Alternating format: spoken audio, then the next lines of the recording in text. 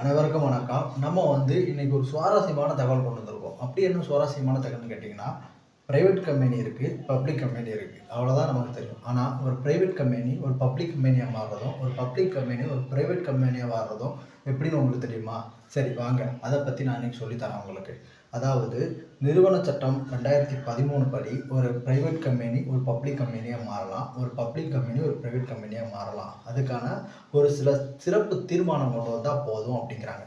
சரி, 2 விதத்தில் மாறலாம் அப்படிங்கிறத தெளிவுபடுத்துகிறாங்க. அது என்ன 2 விதம் அப்படின்னு கேட்டிங்கன்னா, ஒன்று விருப்பத்தின் பேர், இன்னொன்று தடைகளின் பேருன்னு சொல்கிறாங்க. விருப்பத்தின் பேர் அப்படின்னா, ஒரு பிரைவேட் கம்பெனி பப்ளிக் கம்பெனியாக மாறணும் அப்படிங்கிற விருப்பம் இருக்கும்போது அது சில சிறப்பு தீர்மானங்களை நிறைவேற்றணும். அது என்ன மாதிரியான நிறைவேற்றாங்கன்னு கேட்டிங்கன்னா, தன்னுடைய உறுப்பினர்களோட எண்ணிக்கை 200 கீழே இருந்துச்சுன்னா அதை கொஞ்சம் பார்த்துக்கிடுறதுக்கான ஒரு செயல்பாடு இருக்குது. அதாவது உறுப்பினர்கள் ப்ரைவேட்டை பொறுத்த வரைக்கும் 2 பேர் இருக்கணும் அப்படின்ட்டு இருக்கோம்.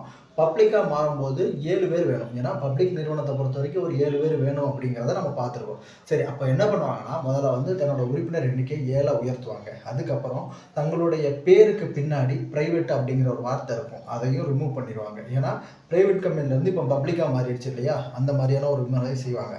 அதுக்கப்புறம் புதிய செயல்முறை விதிகளை உருவாக்குறாங்க. ஒரு புதிய நிறுவனமாக உருவாகிற மாதிரி ஒரு புதிய செயல்முறையை உருவாக்குறாங்க. நிறுவனத்தின் பெயரில் உள்ள தனிங்கிறத மாற்றிட்டு போக இயக்குநர்களின் எண்ணிக்கை, அதாவது ஒரு பப்ளிக் கம்பெனிக்கு மாறணும் அப்படின்னா ஒரு இயக்குநர்கள் இருப்பாங்களே, அவங்களோட எண்ணிக்கை 3க்கு அதிகமாக இருக்கிற மாதிரி மாற்றிக்கிடுவாங்க.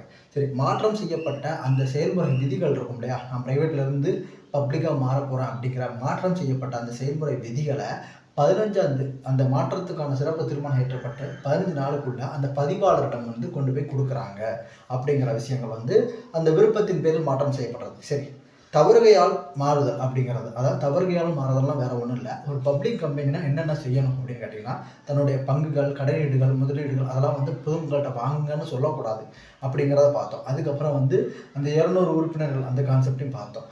இதெல்லாம் செய்யாமல் மீறும் போது அது டக்குன்னு ஒரு பப்ளிக் கம்பெனியாக மாறும் அப்படிங்க. இது தவறு செய்கிறதுனால மாற்றம் கொடுக்கறது. சரி, இப்போது ஒரு ப்ரைவேட் கம்பெனி பப்ளிக் கம்பெனி மாறுறதுக்கான ப்ரொசீஜர் பார்த்தாச்சு. இப்போ ஒரு பப்ளிக் கம்பெனி ஒரு ப்ரைவேட் கம்பெனியை மாறுறதுக்கு என்ன ப்ரொசீஜர் பார்ப்போம். ப்ரைவேட்லேருந்து பப்ளிக்காக மாறுறது ரொம்பவுமே பிரச்சனை இல்லாத ஒன்றாவே இருந்துச்சு. ஆனால் ஒரு பப்ளிக் கம்பெனி ப்ரைவேட்டாக மாறுறதுக்கு அந்த ட்ரிபுனல் தீர்ப்பாயத்திட்ட ஒரு அனுமதி வேணுங்கிற மாதிரி சொல்கிறாங்க. என்ன மாதிரியான ப்ரொசீஜர்னால் 2 சேம் தான். இதில் உறுப்பினர்கள் எண்ணிக்கையை கொஞ்சம் கவனிச்சுக்கணும் அப்படிங்கிற கான்செப்டில் சொல்கிறாங்க. அதுக்கப்புறம் பார்த்திங்கன்னா, இதுக்கான செக்ஷன்ஸ் பிரிவு 14 1, பிரிவு 14 2, பிரிவு 14 3 இந்த 3 செக்ஷன் தான் ஃபாலோ பண்ணப்படுது. இந்த ஸ்பெஷல் தீர்மானம் நிறைவேற்றப்படுறாங்கல்ல, சிறப்பு தீர்மானத்தை கொண்டு வரும்போது அந்த ட்ரிபுனல் ஒப்புதல் கொடுக்கணும். ஓகேவா, அந்த மனுதாரருக்கு ஒப்புதல் அளித்த தீர்ப்பாயத்தின் பிறப்பித்த நகல், அப்புறம் இவங்க செயல்முறையோட விதிகள், இது எல்லாத்தையும் கொண்டுட்டு போய் அந்த பதிவாளர்கிட்ட 15 நாளில் கொடுக்கணும் அப்படிங்கிறத சொல்கிறாங்க.